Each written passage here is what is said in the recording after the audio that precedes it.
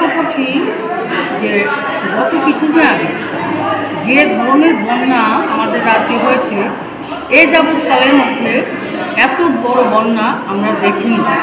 এমনকি ত্রিপুরার যে মানুষও সেটা অনুধাবন করতে পেরেছেন কিনা আমরা জানি না। তো সেই জায়গায় দাঁড়িয়ে গোটা রাজ্যে আজকে বন্যায় প্লাবিত এবং অসংখ্য মানুষ আজকে ক্ষতিগ্রস্ত।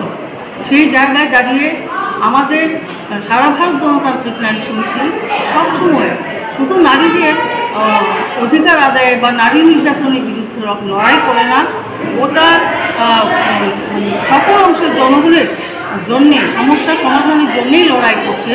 সেই দায়বদ্ধতা আমাদের আছে জনগণের প্রতি।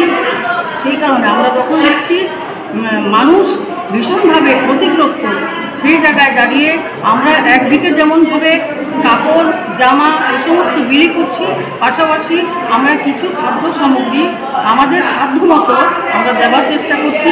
তারই অঙ্গ হিসাবে আজকে সদর কমিটি সারা ভারত গণতান্ত্রিক নারী সমিতি তার পক্ষ থেকে আজকে আমরা 130 জন মহিলাদের মধ্যে আমরা এই ত্রাণ আমরা বিলি করেছি। আমরা চাই আমরা এই কর্মসূচি আরও জারি রাখতে।